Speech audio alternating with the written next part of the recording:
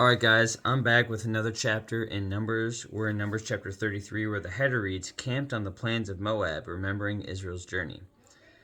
And we're going to get right into it. This is the route the Israelites followed as they marched out of Egypt under the leadership of Moses and Aaron. At the Lord's direction, Moses kept a written record of their progress. These are the stages of their march identified by the different places where they stopped along the way. They set out from the city of Ramses in early spring, on the 14th day of the first month, on the morning after the first Passover celebration. The people of Israel left defiantly in full view of all the Egyptians. Meanwhile, the Egyptians were burying all their firstborn sons, whom the Lord had killed the night before. The Lord had defeated the gods of Egypt that night with great acts of judgment. After leaving Ramses, the Israelites set up camp at Succoth. Then they left Succoth and camped at Etham on the edge of the wilderness. They left Etham and turned back toward Phi Hahiroth. Okay, I think that's it. Phi Hahiroth, opposite Baal Zephon, and camped near Migdal. They left Phi Hahiroth and crossed the Red Sea into the wilderness beyond. Then they traveled for 3 days into the Etham wilderness and camped at Marah. They left Marah and camped at Elim, where oh goodness, my brain stopped working. They left Marah and camped at Elim, where there were 12 springs of water and 70 palm trees. They left Elim and camped beside the Red Sea. They left the Red Sea and camped in the wilderness of Sin. They left the wilderness of Sin and camped at Dophkah. They left Dophkah and camped at Alush. They left Alush and camped at Rephidim, where there was no water for the people to drink. They left Rephidim and camped in the wilderness of Sinai. They left the wilderness of Sinai and camped at the Kibroth Hattava. They left Kibroth Hattava and camped in Hazeroth.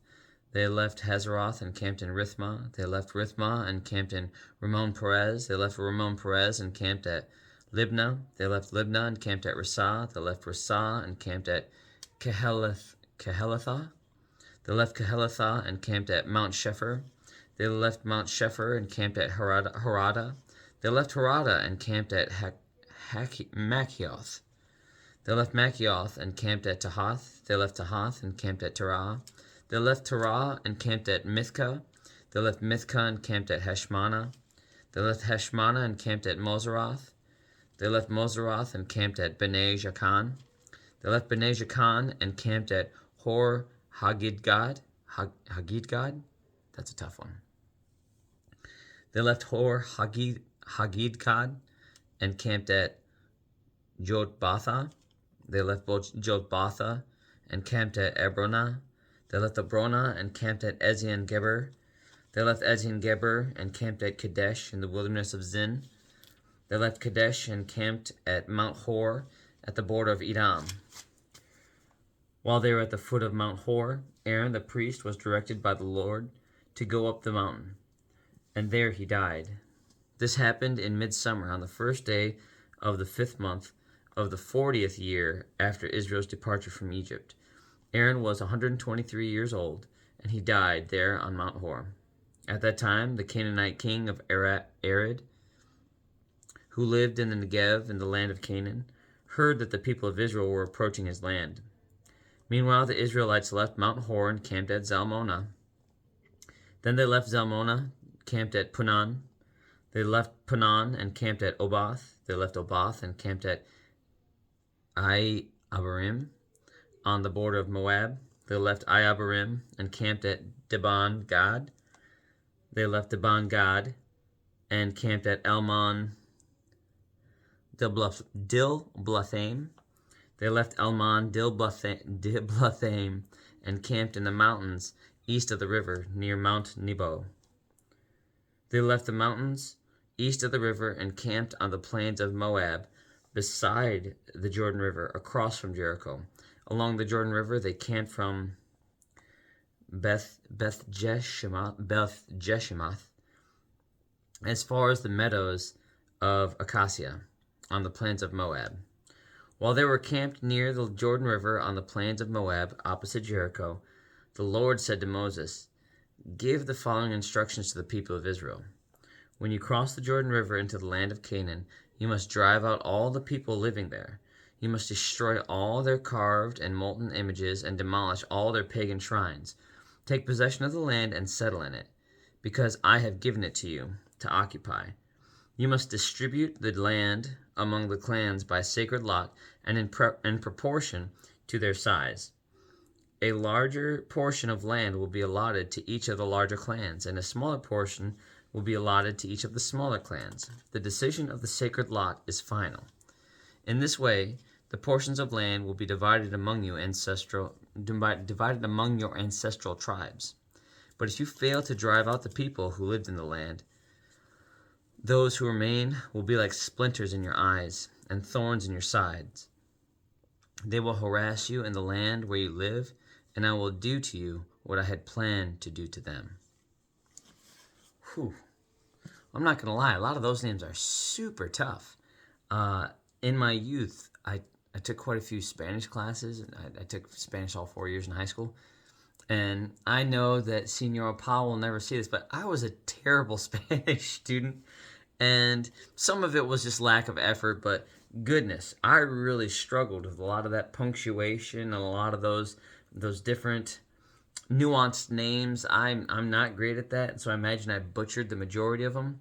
But we know that we've read a lot about that through all those places where the Israelites have been, because we've made it now through Genesis all the way to Numbers, and we've bounced around before that. But no, it's definitely what I would like, and I imagine I can have some level of accuracy if I was to read some of the Cliff Notes here.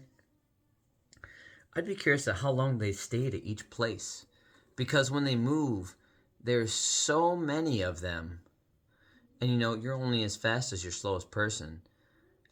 The fact that they continue to stay as one and move from place to place to place to place, how did they even manage that? And I know that being a nomad, and there's certain lifestyles that culturally people just accept, and they become efficient at it. And I imagine they became super efficient at putting up the tabernacle and tearing it down and moving as one. But the fact that they did that, and they also brought their animals along with them, and there had to have been, now it might have looked like chaos, but there had to have been so much order, and just God blessing them just to keep them all together. There's millions of people moving with what I imagine to be millions of livestock, and everyone has their place and their job, and even when dispersing the land proportionate to the size of the clans that they have, everything has its place, everything has its purpose. That really, I don't know, I really appreciate that. Even when the Israelites were lost, they were still so taken care of and so together. Now, the words that came out of their mouth and how they conducted business, sometimes was to their own detriment. But God never let them stray that far. He only strayed as far as they would allow themselves to go. God said, hey, no, we're going to correct that. We're going to bring it back in, as a good father does to his children. And so, hearing about all those different places and the constant traveling they must have done, I mean, I think about it now, because there's 1, 2, 3, 4, about 30, 40 to 50 places that they moved about, that they mentioned just here in that chapter, in 40 years. I think about, I've lived in maybe 9, 10 places, maybe a little bit more, and that's probably quite a few for especially some of I'm 37, I've moved around 10, 11 times with the military, if you depend on where I've been sent for training for, a quarter of a year, half a year, things like that. It's been more, but man, to do it every year and with your entire family, children, babies, that's a lot. To see that, I couldn't imagine seeing it any other way but God's intention. How did they survive that? And now I know you might think, oh, in the wilderness they didn't, but that was more of an aging out than hey, they were just reclaimed by the earth, if you will. But no, I really like that. The fact that God was just with them in all those places and constantly looking after them. until they got to where exactly he needed them to be. I like that. But on that note, have a good night. God bless. I love you. Jesus loves you. And I'll be back for chapter 34 of Numbers tomorrow, where the header reads, Boundaries of the Land. Have a good night and God bless, guys. Oh, and in case you live anywhere near me in Michigan, stay warm. Super cold out there. Lots of snow days. Been enjoyable. I know, some people, my superintendent, snow days can be stressful for those that are making those decisions. But I love them through it. I hope you guys are all loving all your superintendents and your teachers and your educators, loving them through it, because while some days can be stressful, I know they still love you and care about you. And that's all of them, from the top to the bottom. So have a great day. God bless. Enjoy your snow days if you got them. And if not, have a great weekend, guys. See ya.